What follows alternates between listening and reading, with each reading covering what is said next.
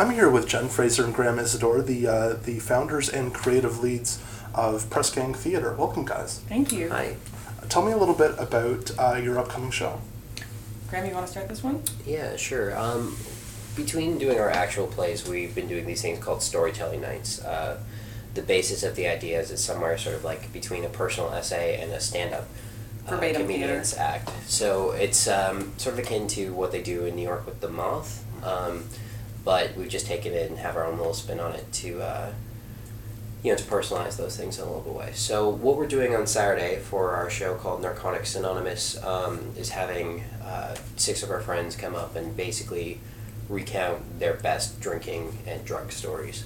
So it's the same types of things that we've always sort of do around a bar, and I love that sort of aspect when I can get a bunch of people to pay attention to me.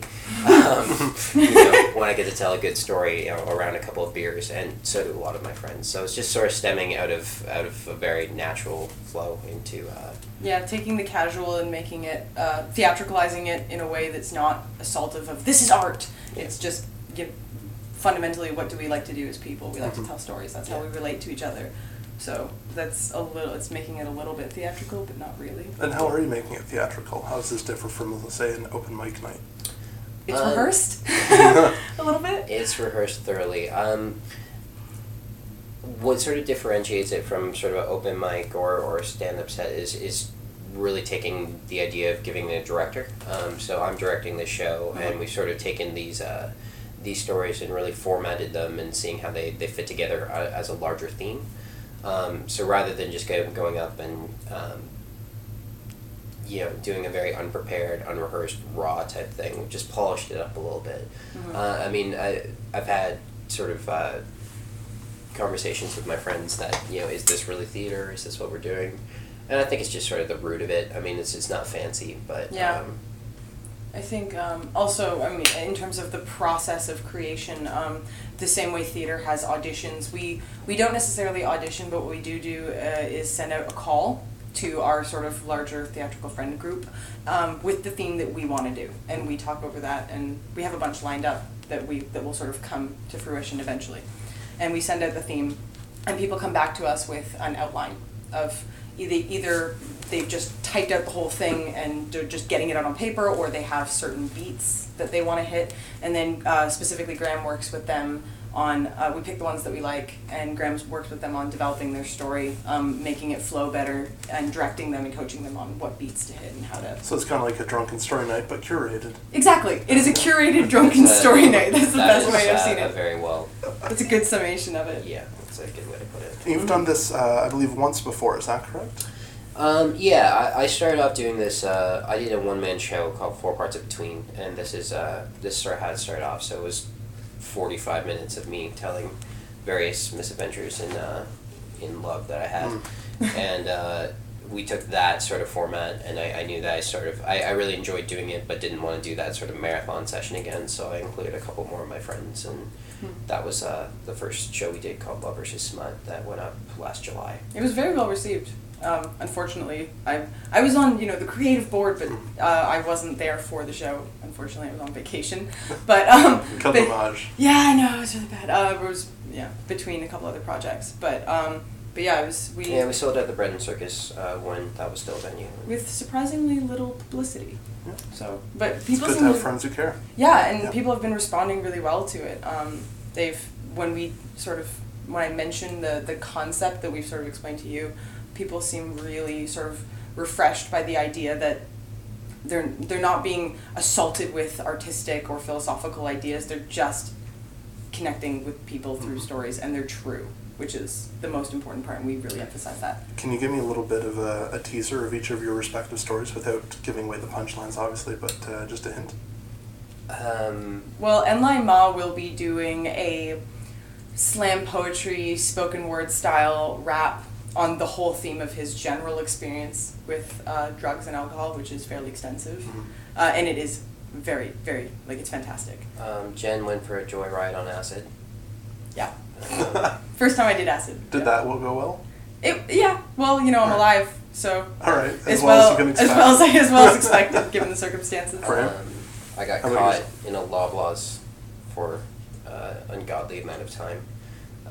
based on I was too high and thus had a really philosophical idea about what shopping was. So I became entrenched with the idea of shopping and didn't really know what I wanted. Yeah. But I really wanted to shop. And commodity culture. How long were you in that Loblaws? It seemed much longer. In actuality, probably about an hour and 45 minutes. That's still not bad. It seemed like an eternity. All I'm gonna say is that thank God you weren't at the new one that has a wall of cheese. You would have been there for free. No, this one had a wall of cheese. And a pharmacy. And a pharmacy and a small clothing section. You could have had a pretty good time. Yeah. It wasn't a bad time per se, but Yeah. it was cheese and codeine. Eye-opening. That's Yeah. Cheese and codeine. Yeah. Ashley will be talking about her duo of firsts, the first time she drank and the first time she did marijuana, which loosely roll into also sexual experiences and what kind of conduct parameters are transgressible and which one, like what the consequences of those are. Caitlin is talking about puke. Puking, lots of puke. Yep. Lots of puke. It's good though. She's That's a mandatory she's part of also any good she's a professional writer. So She writes smut for a living. She writes erotica and smut for magazine. specifically up and coming magazine. Amazing. She's a lovely title. Well, I think- and our friend Ryan is just a mess of a wonderful human being who was just talking about himself for 45 or And for he's- an extended period of time. Yeah, for one of the non-actors in the cast, this guy he has incredible presence. He's very, very charming, and he has a fantastic literary voice. It's a little bit more heightened than some of the rest of us, where some people are very verbatim, it's very casual. He has this sort of heightened, Polished sense to his language, but it's very funny and very low-brow, the things that he does. Speaking of polished and literary, your last production, A Conversation, totally different in style in a way. I mean, in a way you almost eschew the whole process of traditional storytelling or of narrative storytelling or of personal storytelling. It was very intellectually dense. Tell me about that kind of that switch around. Why did you decide to go in that direction for A Conversation? And well, actually, tell me a little bit about the show. I think A Conversation was set up as a mock lecture about effective communication. Though they were talking about effective communication, all the characters or actors or whatever you want to call them in the play never really were able to effectively get across their point. So that was sort of the idea of the play, that these people are supposed to be experts in telling you about talking, but they're really bad at it. The reason why I wanted to go sort of with a non-narrative plot line is I think first and foremost, anybody who wants to make their bread and butter doing this has to entertain people. In a lot of ways, I think that you can stimulate people intellectually, and there's a lot of different ways to go about that, but I think that first and foremost we have to entertain. The easiest way to do that for me was like, how many one-liners can I get into like a general idea, and it's just like, if I can make the people laugh, that's great. If they can come away with an idea after laughing, that's great too, but I don't care as long as they're laughing. So sort of abandoning sort of a structure and a plot just sort of freed me up to do all of these different things that, I think when you have a plot line, you can get really, especially with comedy, you can get so rooted down it. Yeah, and I think what I found always so interesting about watching him write that, because I was with him throughout the whole process of the creation into when my hand stepped in. As director. That the script is written, if you look at a transcript, there's no characters. There's just lines. So you can, originally we had thought 2-hander, maybe 4, then we sort of do auditions and find out that we have 5 great characters and dividing up, and then you start reevaluating the script for how do I divide up the lines? Is there any kind of inherent character that can be found through the choice of decision? Because it could be done as a monologue, conceivably. It could be done with any number of actors, which I think was a really interesting, an interesting approach to the script. Any plans to veer in the totally opposite direction and do something a little more traditional? I mean, it's been one of those things that, like, especially dealing with sort of non-typical types of theater, there's a couple scripts that we have coming up that are just like straight up plays, Mm-hmm. and more so because like I think it's just I want to be able to explore sort of both sides of the coin. Like I think that there's definitely positives in both elements. You know, really narrative plot lines can be. I think that sometimes can be weighty on ideas, but I think you know to have to work within that structure is really interesting too and push through it. So it's just a lot of like I mean all of the sort of a lot of those ideas are just stuff that I was taught in a playwriting class done by Guillermo Verdecchia, who was artistic director at Cahoots for a while and has done Ali and Ali, both those shows among other things. But like yeah, so it's just been pushed forward to sort of be able to try anything because I think as you know sort of young theater creators we're still sort of trying to figure out you just throw shit at the wall and see what sticks, right? Yeah, figuring out what. Yeah, putting together some sort of mandate for this company has been tough because we're still figuring out what we want, what we want to make, what we want to do. So it's a. Well, why constrain yourself before you found your voice? It's true. Yeah. It's true. So I think right now we're sort of hashing it out, figuring out what we like, what we want to put on, and what we want to say, which is tough but very interesting. Yeah. Yeah. Well, so far you've done a good job of satirizing the talking head with the conversation. Thanks.